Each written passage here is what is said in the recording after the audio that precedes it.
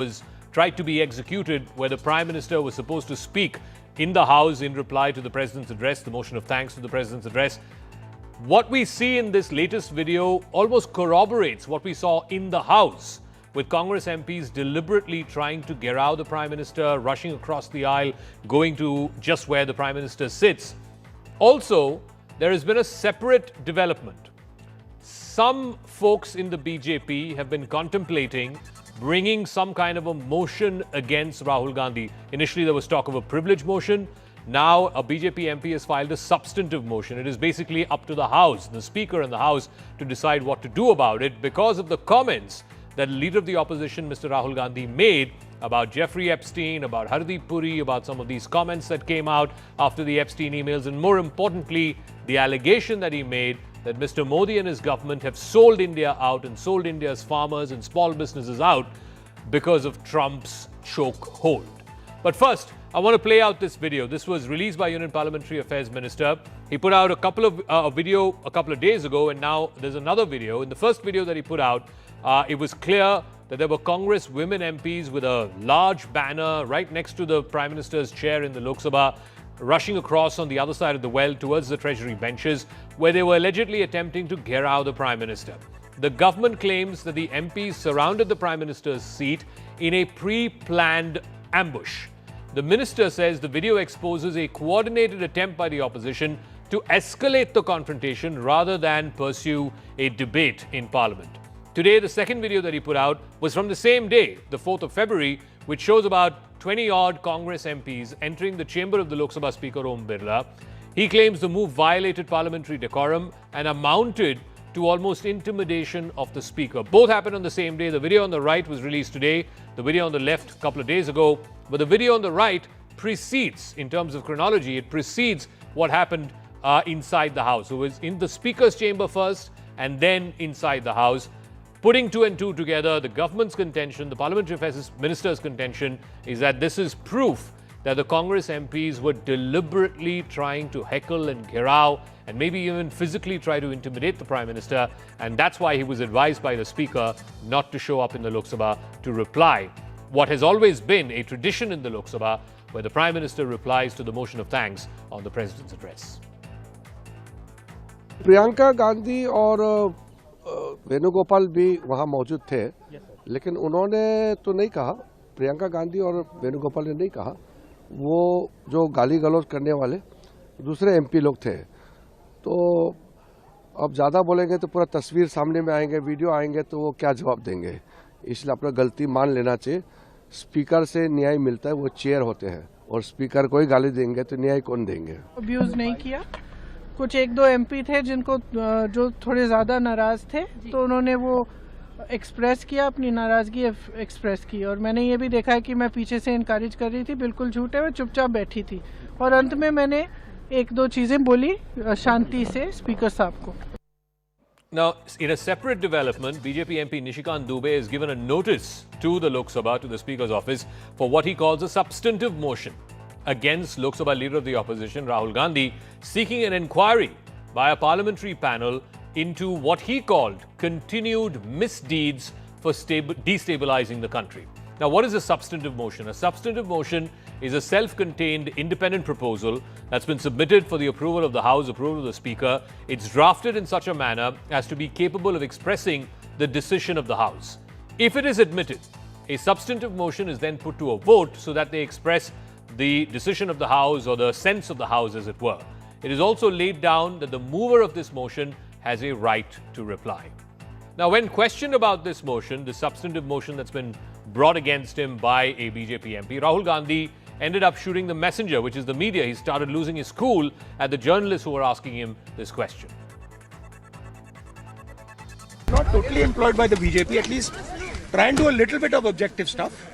You know, it gets really shameful. It's too much. You have a responsibility to be objective. You can't just take a word they give you. You're doing a disservice to this country. Are you not able to recognize that?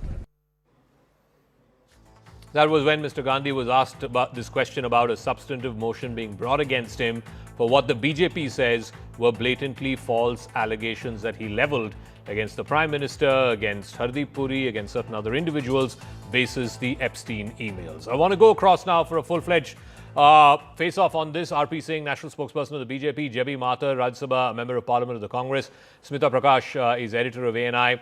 R.P. Singh, the Congress's contention is whatever the leader of the opposition said, somebody should counter that on the floor of the House. What is this whole business about, bringing privilege motion, substantive motion, etc., etc.? And as far as the videos are concerned, anyway, the minister should not have released those videos. That's again a breach of parliamentary privilege, whether it's the video released today from the Speaker's chamber or the video released of the well of the House that was put out a couple of days ago.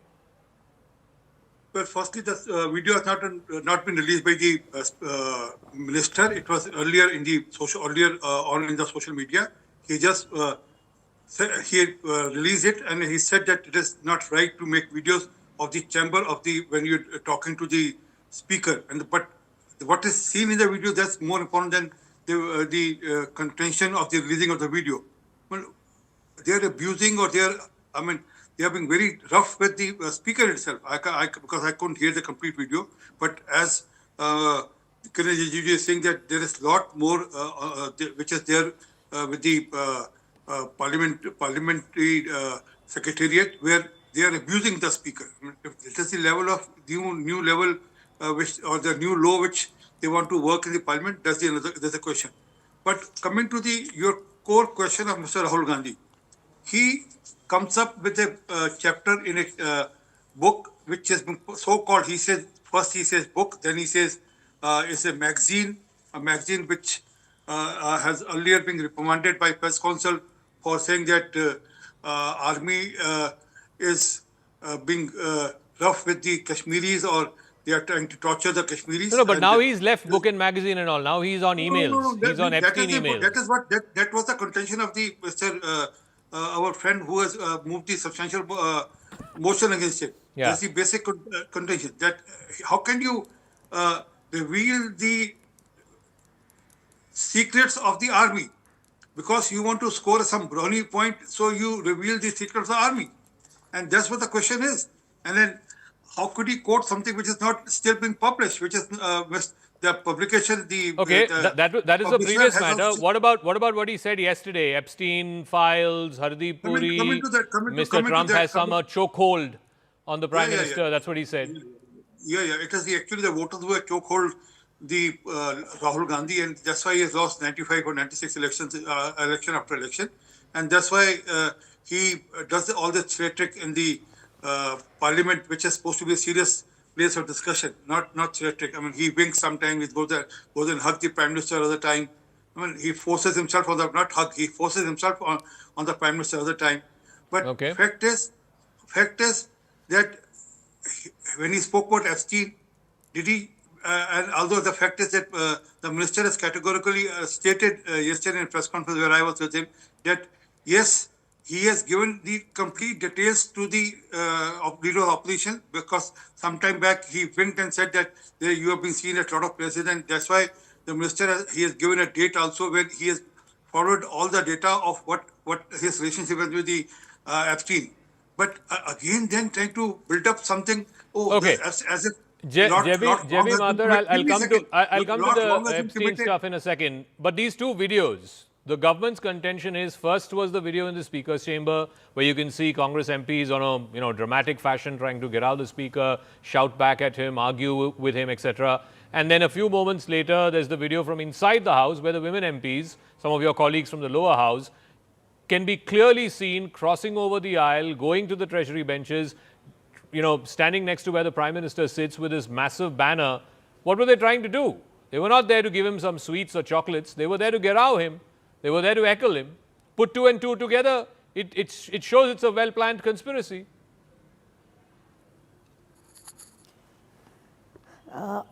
It is the very brilliantly how the political narrative is being set. Now video after video, script after script, and then one climax is being set and told by the government, and is the nation going to just accept it? Now in the first video itself, what is there in the first video? Opposition MPs are in speaker's room. Now that's not something abnormal. there are several occasions where MPs go to Speaker's room and we put forth our demand. Nobody is attacking Speaker. Nobody is saying anything abusive. Now, if what we are demanding, that cannot be termed as something attacking the Speaker. They are pointing fingers at him. They are arguing with him. They are pushing back at him. I mean, come on, it's not just, they were not having tea and samosa there, no? No, I do not agree. See, it is, we certainly MPs, there is no restriction that we cannot go to Speaker's room. Speaker's room we can go, we can share the concern, we can ask, demand justice, we can ask that our LOP should be allowed to speak. Now they were pointing fingers at him, they were trying to heckle him. I mean, allow me to complete. You gave so much of time to RP Singh ji. I am being interrupted. I did not even complete. I am still at the first video. You gave so many minutes to him. Allow me. This is what is happening. Whether it is media or whether it is Parliament, you will not allow, you also will not allow. I am not Om Birla. I definitely don't want to be heckled. Please speak. No, please certainly. No, this is because otherwise you should have objected to RP Singh ji. No, I asked him 3-4 times. What about Epstein? What about Epstein? He didn't answer. But go on. Finish your point. Now come to the second video. So first now come to the second video. Second video. Speaker's room.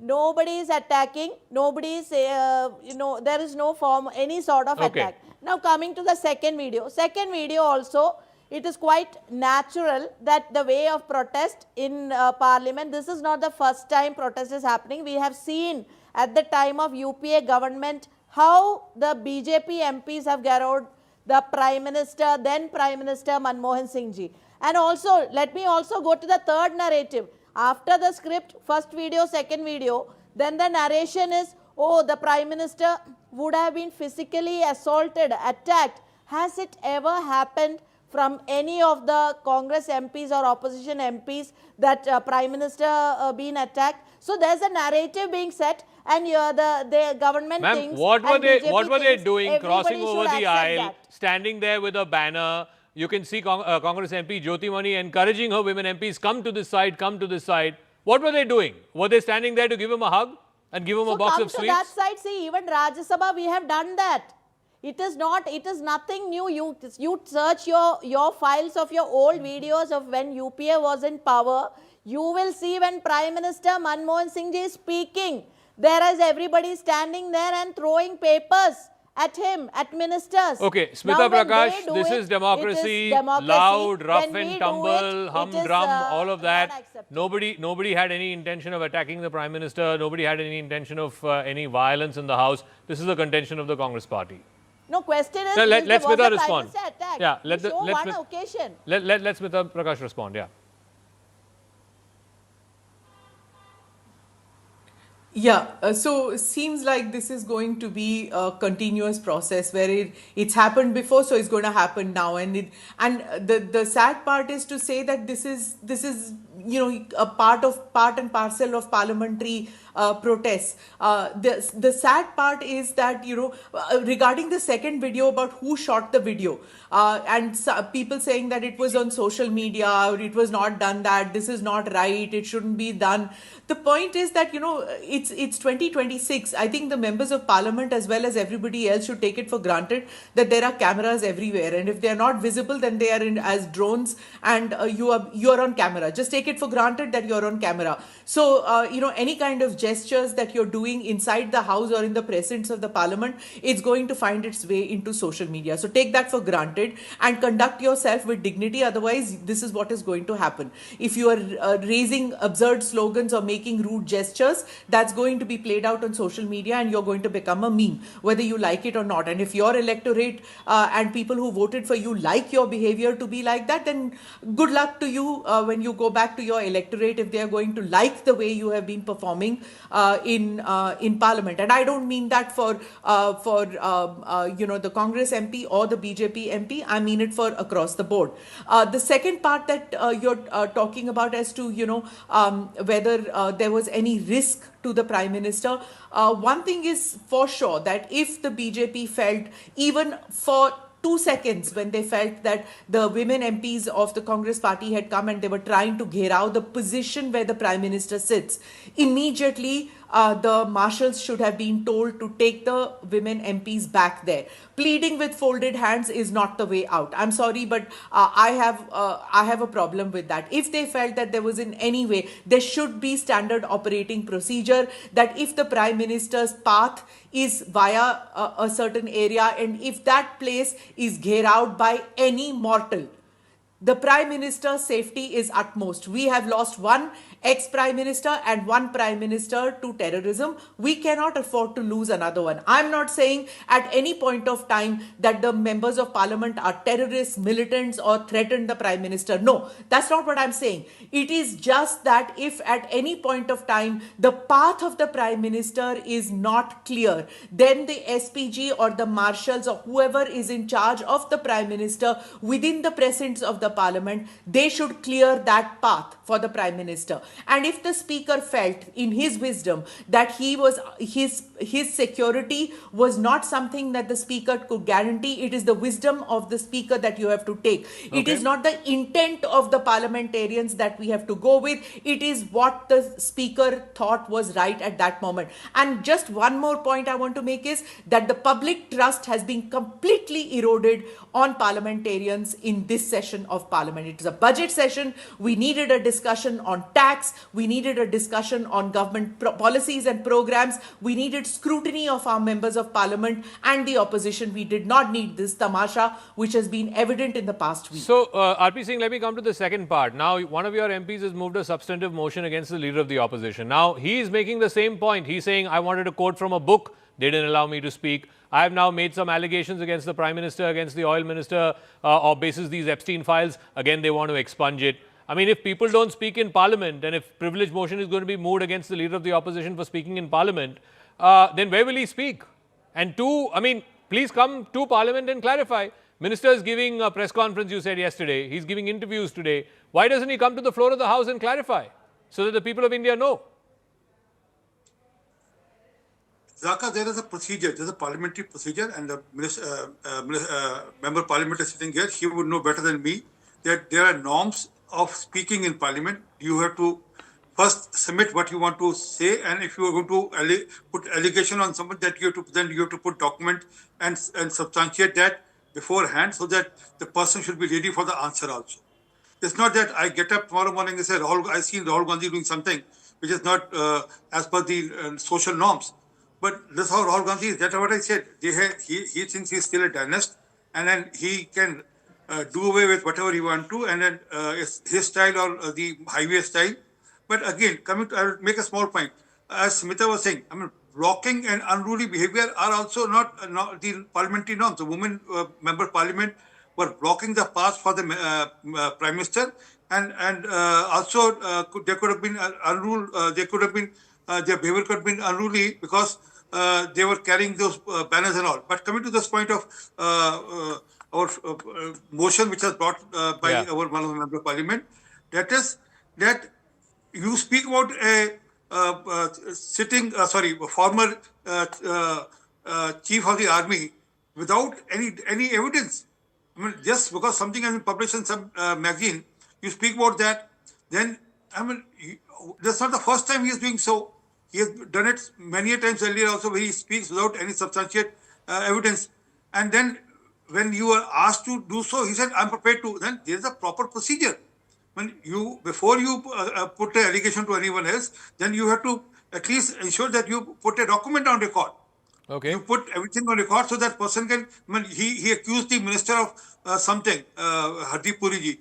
Now, Hardeep Puri ji, there's nothing which was put on record. So Hardeep Puri ji has to obviously go and tell it to media that what exactly happened and how did he met Epstein and what exactly he spoke about the country. But the way it was presented, that there's some scandalous thing which was happening. Okay, Javi Mathur, I mean, the point is, if the leader of the opposition wants to make grave allegations against members of parliament, against ministers, against the Prime Minister, then he better back that up with proof, with documents. And that's what was asked. That was what was asked. by the parliamentary minister, and of course the speaker at that time, the chair of the house at that time, said, you please produce the documents, let the documents be vetted, and then you make whatever charge you want to make. So, again, it's a different rule for the treasury benches and different rule for opposition. Anybody from the treasury benches can stand up and then say whatever they want. There's no authentication required, there's no proof required, there's no document required, the mic will not be silenced. But anybody speaks from opposition, then the authentication is required, proof is required, the mic is immediately turned off. Be that as it may, we have no hesitation in giving the proof or giving the authentication which Rahul Gandhi was willing to do. Now about this bringing in the substantive motion, see about 60 minutes, 62 minutes exactly back, Rahul Gandhi himself has put in, tweeted that you can bring a case, you can file FIR, you can move privilege motion, but I will stand with farmers is the stand taken by Rahul Gandhi. See, you should understand that it is not the case that you come up with substantive motion or privilege motion or a case that Rahul Gandhi can be silenced. Rahul Gandhi cannot be silenced because he is speaking in the interest of the people of the country, of the farmers of the country, of those who are going to be affected. And in the president's address, he was speaking about national security. Here, what is the issue? The issue is you will not let Rahul Gandhi speak. And when he speaks the truth, the facts, then the privilege motion, all these threatening of these weaponizing, all this is happening. But let me make it very clear. Okay. You can do anything, you can bring in any motion, but Rahul Gandhi ji will continue. They should answer why all this, instead of going on Rahul Gandhi's this, they should be answering the concerns raised by Rahul Gandhi. A quick line and then I'll give Smita Prakash the final word. Yeah. They should be answering why the 1,000 crore okay, JB, we heard you. JB, we heard you, JB. They are suffering. Yeah, we now heard you. every sector is suffering. They don't want to answer all that. They want to bring in substantive motion. Not by a dynasty. And it's not the dynasty which will rule, and dynasty will decide what to do, what not to do. Okay. I'll give Smita Prakash the final word. You know, again, this puts paid to what Rahul Gandhi has been saying. I wanted to speak about China, you didn't let me speak. I spoke about the FTA, you didn't let me speak. I spoke about Epstein files, you're not letting me speak. The government says you can speak, but you have to speak from published public documents, or you have to substantiate whatever charge you're making. Again, we're stuck.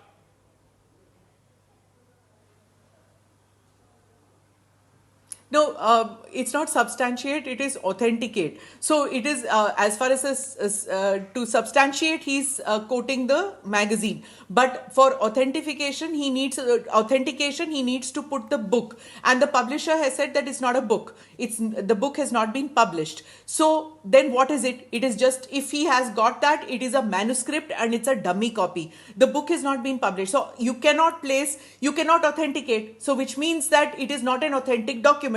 So the publisher himself has negated it. The author has tweeted the publisher's thing. So, you know, it's all murky now. I don't want to get into the semantics of it. I just want to say this, that what has happened in this budget session has set a precedent for future paralysis, whether in the parliament or in state assemblies, because every what about the Epstein in each session, emails? it makes it easier for future governments. That's a public document. That's there in the as far Department as the of Justice Epstein emails, email is concerned, this was supposed to be right.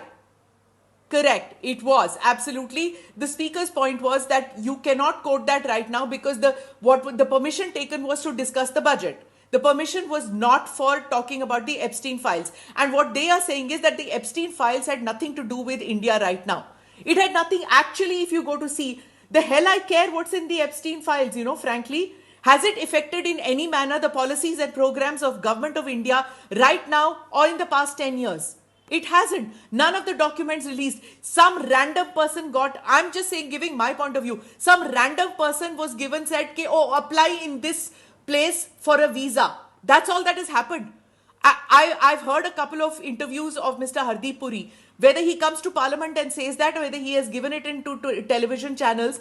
I'm just wondering, why should it be something discussed in parliament? Okay. I'd rather have the budget. I'd rather have the Indo-US trade deal discussed and have the opposition question the ruling party about that. That is Okay. what affects everybody, whether farmer, industrial worker, exporter, or common citizen. Why is that not being talked about? Okay, we'll leave it at that. Thank you very much to RP Singh, J.B. Mathur and to Smita Prakash for joining us. We'll see if there is any remaining transaction in Parliament because they take a recess, I think, the next week, and then they come back again in March. But so far, going by the record of the last couple of weeks, it doesn't inspire much hope. Now, I want to move on to another story. Now, in India, as per Article 14 and 15, everyone is equal before the law because the Constitution cannot possibly look at one citizen being more equal than the other. But the application of the law, that's a whole different story altogether. Take the case of what happened in Kanpur. The Gutka baron's son, Shivam Mishra, whose Lamborghini mowed 6 people. Thankfully, nobody died. There were no fatalities, but some of them were injured, some of them badly injured. For 5 days, the police couldn't do a damn. Finally, they went up and arrested him, and he was produced in court today. Over 90 hours after the accident, 90 long hours after the accident, finally he was apprehended, produced in court. And what happened when he was produced in court? He was granted bail within 6 hours. The police got a rap on their knuckles. Shivam Mishra cocked a snook at the entire system, and he won. तो माननीय न्यायालय ने अपने पूरे विवेक का इस्तेमाल करते हुए ये आदेश पारित किया है, रिमांड रिफ्यूज किया है। 20,000 रुपए की अंडरटेकिंग और 20,000 रुपए के पीबी पे वो रिहा हुआ है। ये कार्रवाई जो पुलिस की थी, साहब माननीय न्यायालय इसको भांप गई थी। माननीय न्यायालय ने कई प्रश्न पूछे, आईओ नहीं बता सका। पुलिस सरकार के दबाव में काम कर रही है, बिल्कुल अवैध थी। नहीं, वो तो माननीय न्यायालय ने अवैध घोषित कर दी, रिमांड रिफ्यूज कर दिया। All right, I want to go across for a straight face-off on this. Raman Malik is leader of the BJP. Abbas Haider of the Samajwadi Party. Satya Mule is lawyer of the Supreme Court. Raman Malik, I mean, if you or me or any of us did this, or anybody known to us did this, the first thing the police would have done is come and apprehend you, arrest you, send you for a medical, test if everything is okay, were you under the influence of alcohol, drugs, etc. And then whatever the case might be, you would have been sent to either police custody, judicial custody, whatever it was. Here the police take a good 5 days to arrest this man, by which time, even if there was any alcohol in his blood alcohol count, or if there was influence of any other substances, it would have been gone because it doesn't last more than 48 hours in your bloodstream. 2, they produce him in court and the court says, what sort of procedure is this? What sort of due procedure is this? Court also gives him bail. I mean, clearly it shows that the law does not apply equally to everyone in this country. If you are rich, famous, influential, the law will bend. You can make the law bend. Raman Malik. See, there are 2 aspects, Zaka, there are 2 aspects which one must listen and one must understand. The laws have been implemented, the provisions of the law have been exercised. The accused criminal has been arrested. He has been produced in front of the court. The court, in its wisdom, according to its discretion, has acted. We remember the court also giving just an essay for somebody who was again rich, powerful and influential. You must have remembered that incident. Just an essay takes the whole problem away. And one must not forget that the job of the legislative, the job of the executive and the job of the judiciary are very clearly defined in the Constitution of India. Having said that, one thing which has come out is that even if it is a powerful individual who has ample influence, will not be spared. They were pushed and the government did not bend. They made sure that the person was arrested. You must remember the IPS case, please tell me, which happened in Orissa. You must remember the Karnataka IPS accident case. happened on Sunday. 5 days have passed. Today he was arrested. This morning he was arrested after 5 days. Will you or me or anybody on this panel, no, one second, will we get the same luxury? I think 2 days back, I don't know if we have that footage. 2 days back, police went to his house. Can we place that footage, please? Police went to his house. They're knocking on the door as though he's some soft toy, that he can't be hurt. I mean, you think police will extend that to you and me? They go and they knock on the door. Zaka. Oh, is Mr. Mishra at home? Can we question him? Can you please let us in? Like really? Zaka, the police has done its job. They have done whatever is required. You remember the case of the IPS officer and his son from Orissa who was not found for years, or for that matter the Karnataka IPS case where the IPS officer's daughter was involved and there was gold and other stuff which was happening, the criminal act. Now, whether it is an accident or any other criminal act, the act is an act. Today, even we are still sitting in 2026 and the Royal Challenger case is still nowhere to be seen. Okay, so we had awful and lousy cases in the past, therefore this is also kosher. No, sir, I'm sorry, if there is a blatant flaw in the procedure which allows the accused to get away with it and escape away with it, because, I mean, if he was, allegedly, if he was under the influence of alcohol, right? How can you know that if he's not arrested immediately and produced in court? Let's say he had a medical condition. Fair enough. Let's say he had a medical condition. 1 second. Let's say he had a medical condition. He had a medical condition. Will you know that 5 days after the incident? Or will you know that on the day of the incident? My point is something different, which you are not trying to, be expressed on your channel. So 5 days after procedure has been followed, so it's kosher. Abbas Haider. Whatever was there in the process which was required, we did it, and we have not put in. checkbox में tick कर दिया. This is the procedure. ये procedure है. Procedure में हमने tick कर दिया. 5 दिन बाद. Mr. Jacob, it's a shocking example. अंसारियों की तरह हमने नहीं छोड़ा ना साहब. No, let Mr. Haider respond. Let Mr. Haider respond, please. Mr. Malik, just a minute. I'm saying that, Mr. Jacob, it's an ideal case of, collapse of law and order in Uttar Pradesh. See, even the court has pointed out that serious procedural lapses has been done by the police. So were these lapses deliberate, or the police is incompetent? Because, these lapses have certainly helped the accused. He has got the bail because of that, because the procedure was not followed. His medical test was not done.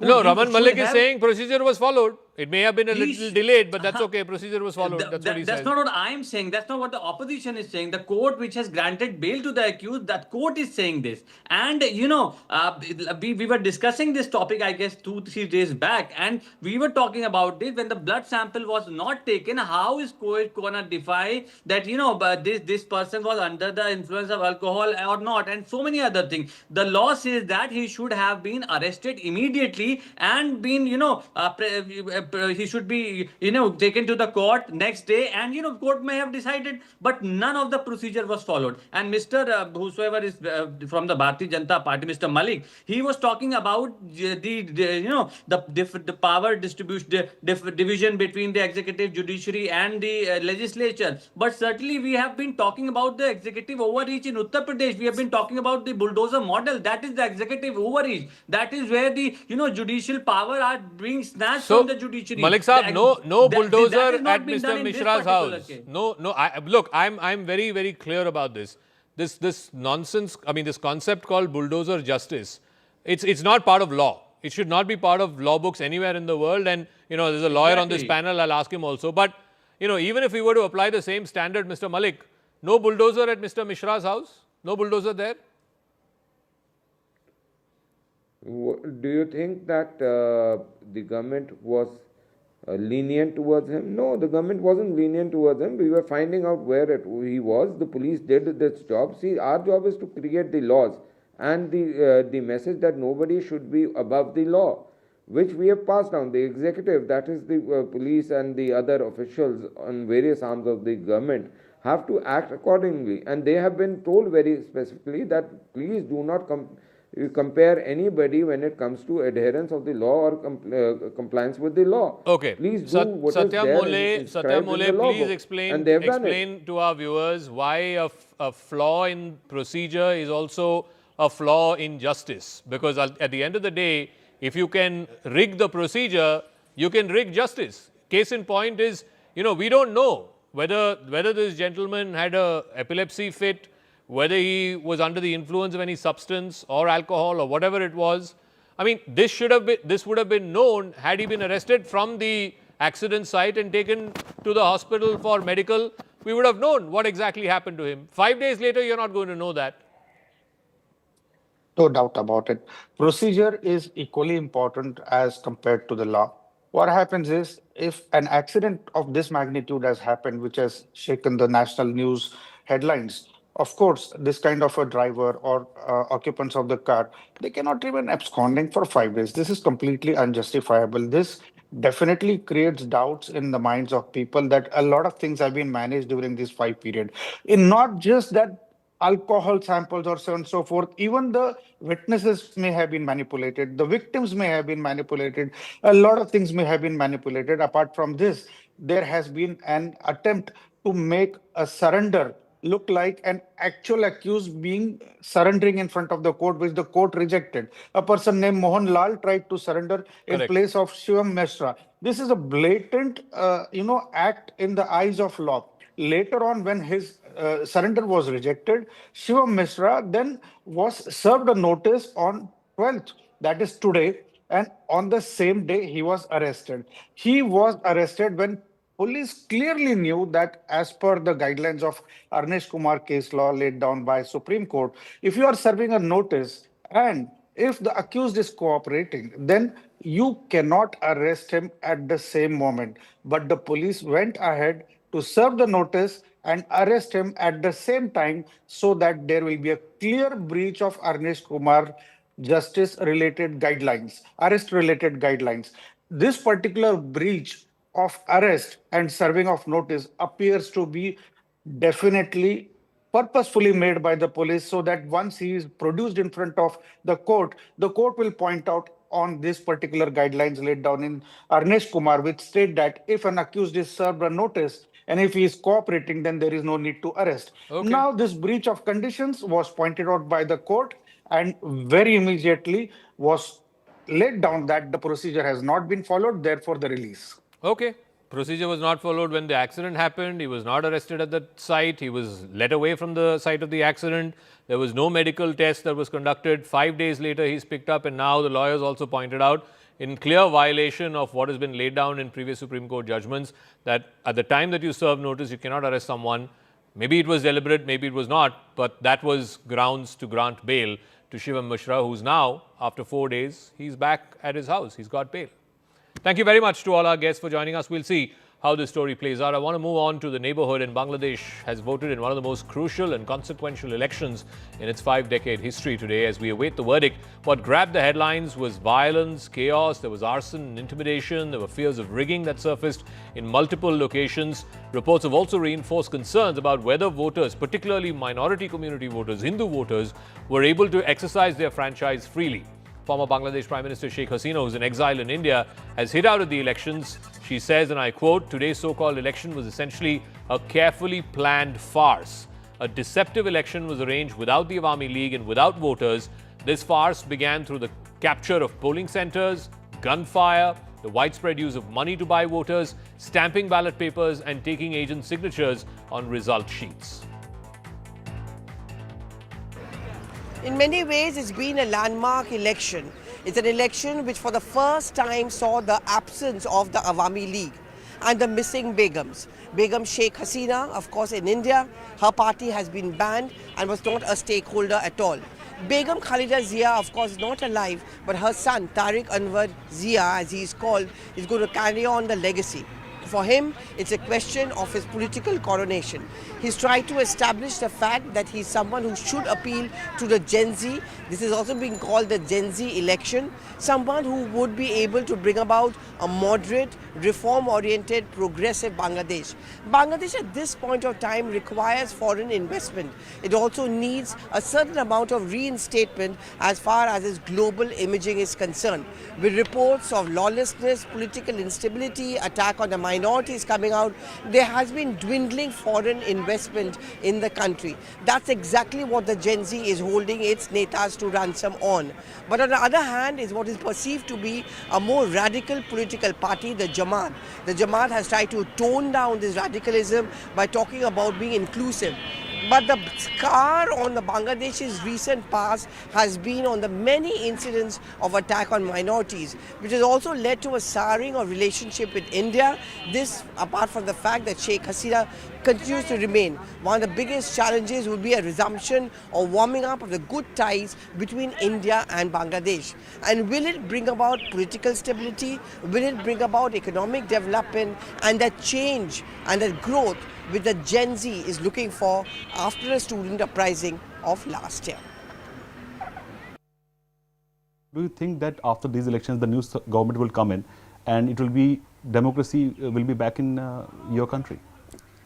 I hope so, because Bangladesh National Party or BNP believes in democracy, and I think that he will try to protect democracy, and I hope that he will also protect secularism, women's rights, minority rights, human rights and freedom of expression.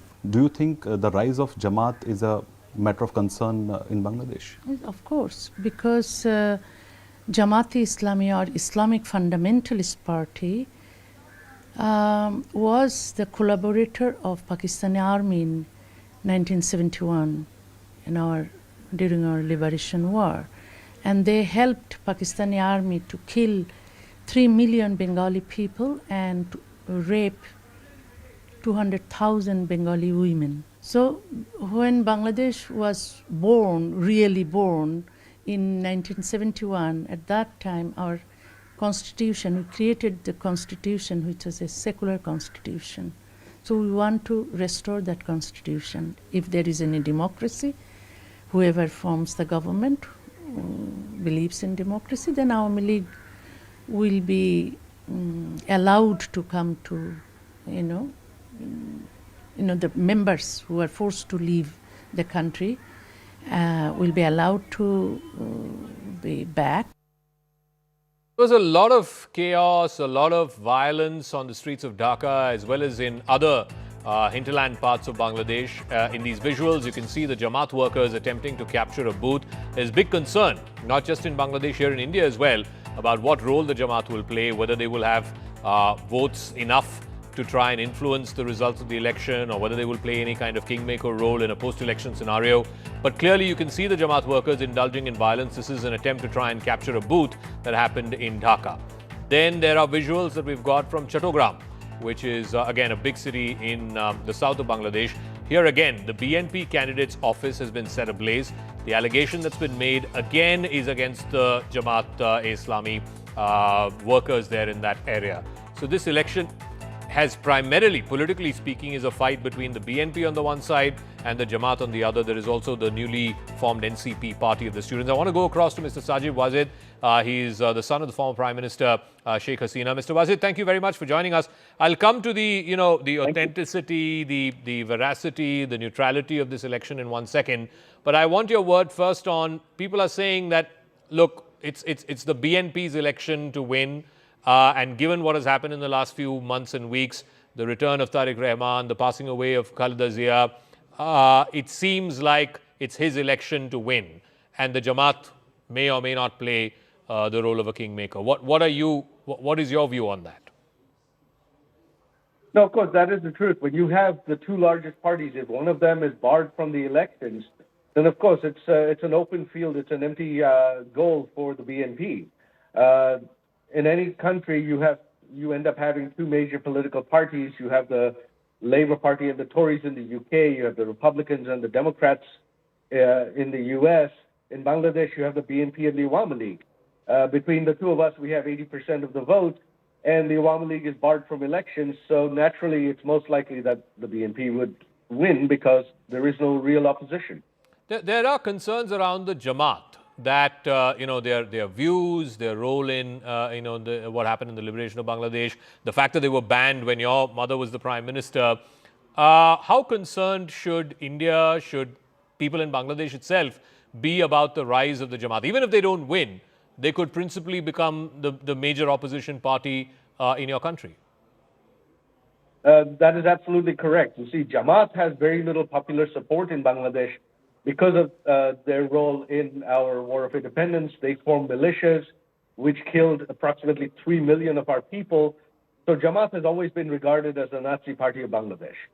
So Jamaat on its own in any fair election would only win 5-10 seats, but with the Awami League absent, and not just the Awami League, all progressive liberal parties in Bangladesh are essentially weren't allowed to campaign. Their offices have been burnt down. Their leaders are behind bars. So this was a stage-managed election to try to give the Jamaat an outsized number of seats in parliament, which they can never win through a vote. What about this new students' party? I think it's called NCP. They have some kind of arrangement with the Jamaat. I don't know exactly what that arrangement is. But they rode on what they claim was popular anger against your mother while she was in office. But now they seem to be either relegated to third position or they come across as opportunists who are not able to. If there was political wind behind their sails, they should be the party that everybody in Bangladesh is talking about. It's not that easy to just start a new political party and have popularity.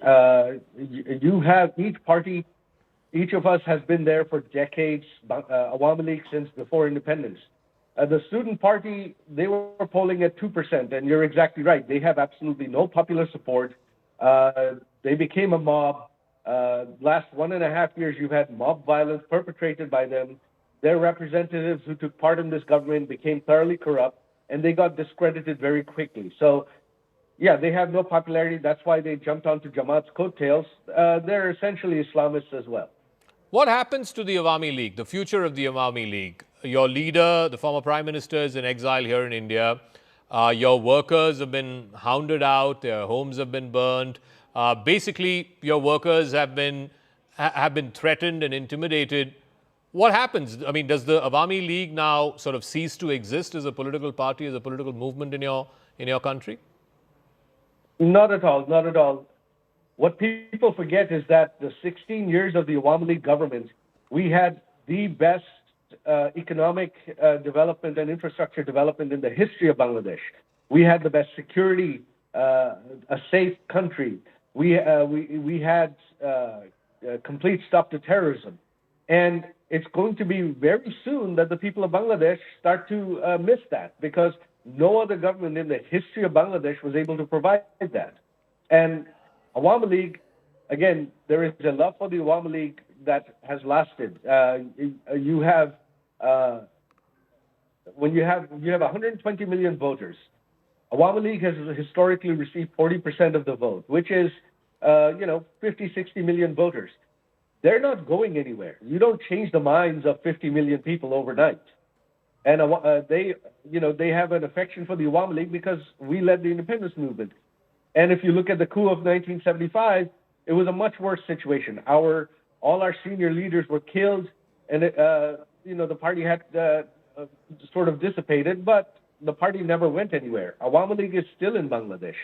It will come back. What would your outlook be towards Tariq Rahman if the BNP wins and if he goes on to become the next Prime Minister? Will there be some kind of reach out to him? BNP is the major opposition party. Of course, we have to reach out to them. But right now, all our activity is banned. We're not even allowed to conduct a meeting with anyone. Anyone who tries to conduct a meeting within Bangladesh is arrested. Our party offices have been burnt down. We have tens of thousands of activists and most of our senior leaders either behind bars or they had to flee the country to save their own lives. So right now, we have no opportunity to even engage with anyone on anything. Okay, and one final word, again, this is coming in from an India point of view. The last time the BNP was in power, and I believe they were in coalition with the Jamaat in 2005 to 2008-9, India had problems with that government. Do you reckon that's a thing of the past and things will change now? There might be a better relationship between the BNP and the BJP government here?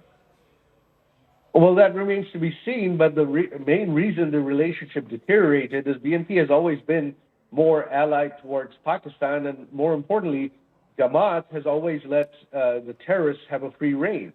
So you've seen that in the last year and a half. As soon as this regime came to power, they released all convicted terrorists from prison, including the killers of bloggers, including the killers of American Embassy staff member and the perpetrators of the Holy Artisan bakery attack in 2016, which killed foreigners in Bangladesh. And you've had Lashkar-e-Taliban commanders speak at public rallies in Bangladesh in the last year and a half. You've had Rijiju holding open rallies. So with Jamaat having an outsized influence in parliament, regardless of whether BNP is in government or not, I think you are going to see this continue, this terrorist activity, and this is going to be a problem for India. All right, Mr. Sajib Wazir, thank you very much for joining us. Appreciate you joining us here on CNN News 18. Thank you. Thank you.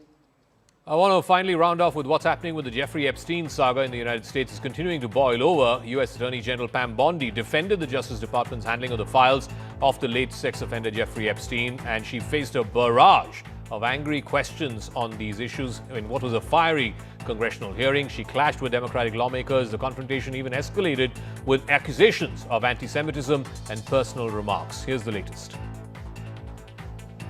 Capitol Hill, the U.S. Attorney General Pam Bondi issuing testimony before the House Judiciary Committee, which then erupted into shouting matches with lawmakers. Listen to her exchange with Congressman Jamie Raskin, a former constitutional law professor and top Democrat on that committee.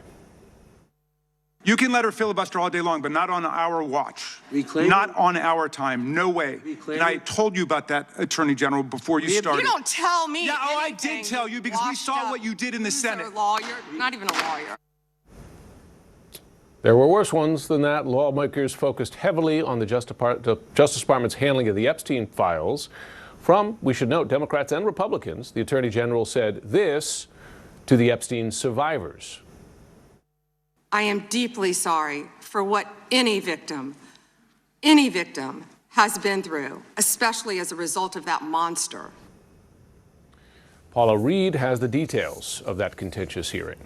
This guy has Trump derangement syndrome. In her first appearance before House lawmakers, Attorney General Pam Bondi played to an audience of one. He is the most transparent president in the nation's history. And none of them asked Merrick Garland over the last 4 years one word about Jeffrey Epstein. How ironic is that? You know why? Lawmakers repeatedly pressed her on the Department of Justice's handling of the Epstein files and the impact on survivors. Will you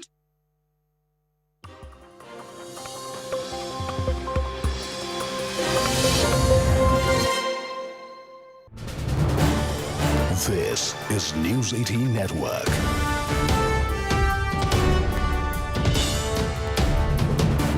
India's largest news network. So I want to go across now for a full-fledged face-off on this. RP Singh, national spokesperson of the BJP, J.B. Mathur, Rajya Sabha, a member of Parliament of the Congress, Smita Prakash is editor of ANI. RP Singh, the Congress's contention is whatever the leader of the opposition said, somebody should counter that on the floor of the House. What is this whole business about, bringing privilege motions, substantive motion, etc., etc.? And as far as the videos are concerned, anyway, the minister should not have released those videos. That's again a breach of parliamentary privilege, whether it's the video released today from the Speaker's chamber or the video released of the well of the House that was put out a couple of days ago. Well, firstly, the video has not been released by the minister. It was earlier in the social media. He just released it, and he said that it is not right to make videos of the chamber when you're talking to the speaker. But what is seen in the video, that's more important than the contention of the releasing of the video. Well, they are abusing, or they are being very rough with the speaker itself. Because I couldn't hear the complete video, but as Kiren Rijiju is saying that there is a lot more which is there with the parliamentary secretariat, where they are abusing the speaker. If this is the level of new level or the new law which they want to work in the parliament, that's a question. But coming to your core question of Mr. Rahul Gandhi, he comes up with a chapter in a book which has been so-called, he says book, then he says it's a magazine which has earlier been reprimanded by press council for saying that army is being rough with the Kashmiris, or they are trying to torture the Kashmiris. No, but now he's left book and magazine and all. Now he's on emails. He's on Epstein emails. That was the contention of the our friend who has moved the substantial motion against it. Yeah. That's the basic contention. That how can you reveal the secrets of the army because you want to score some brownie point, so you reveal the secrets of the army, and that's what the question is. And then, how could he quote something which is not still being published, which is the publication? That is the previous matter. What about what he said yesterday? Epstein files, Hardeep Puri, Mr. Trump has some chokehold on the Prime Minister. Yeah. That's what he said.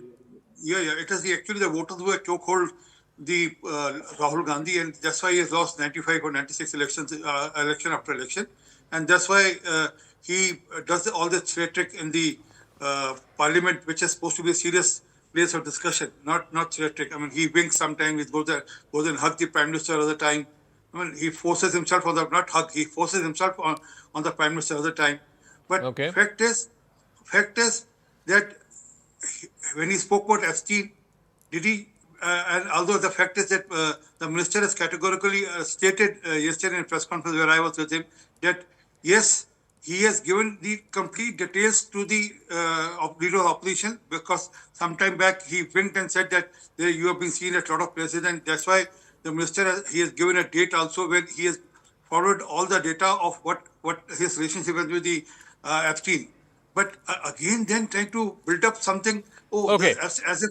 J.B. Mathur, I'll come to the Epstein stuff in a second. But these two videos, the government's contention is, first was the video in the Speaker's chamber where you can see Congress MPs on a dramatic fashion trying to get out the Speaker, shout back at him, argue with him, etc. And then a few moments later, there's the video from inside the House where the women MPs, some of your colleagues from the lower house, can be clearly seen crossing over the aisle, going to the Treasury benches, standing next to where the Prime Minister sits with his massive banner. What were they trying to do? They were not there to give him some sweets or chocolates. They were there to gerow him. They were there to heckle him. Put two and two together, it shows it's a well-planned conspiracy.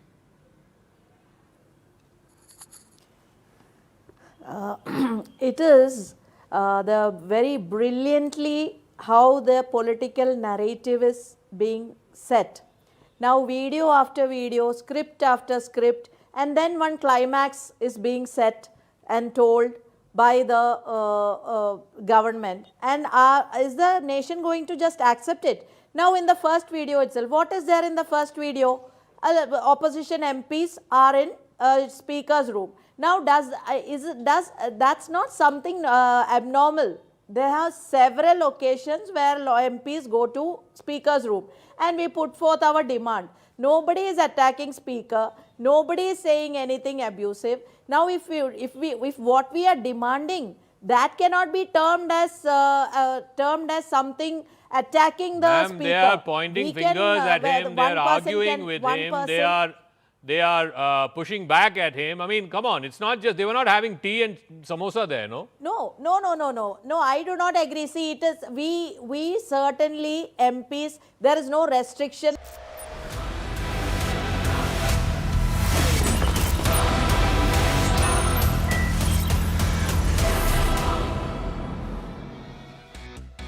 Viewers, I'll begin with a very plain reading of the facts tonight.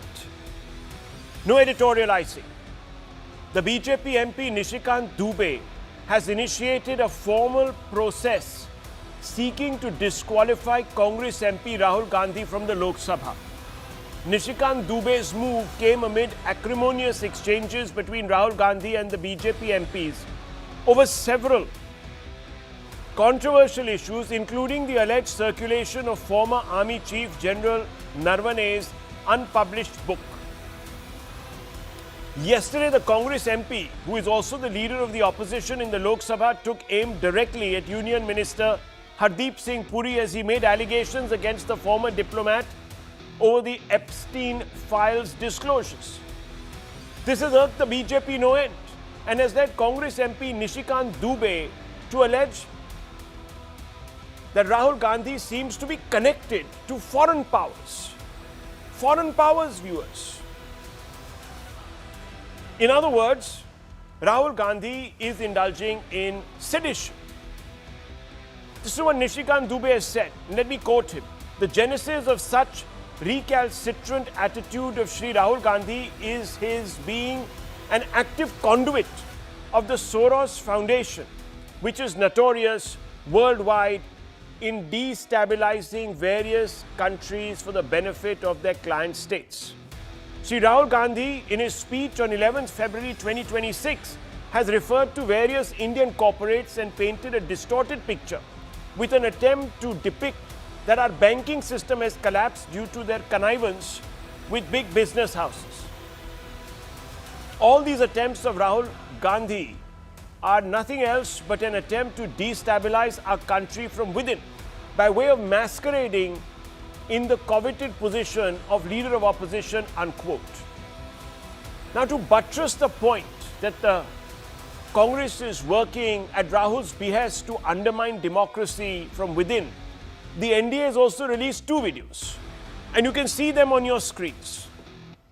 One, it claims, is visual confirmation that there was a bid to ambush Prime Minister Narendra Modi in the Lok Sabha to prevent him from addressing the House and responding to the President's speech.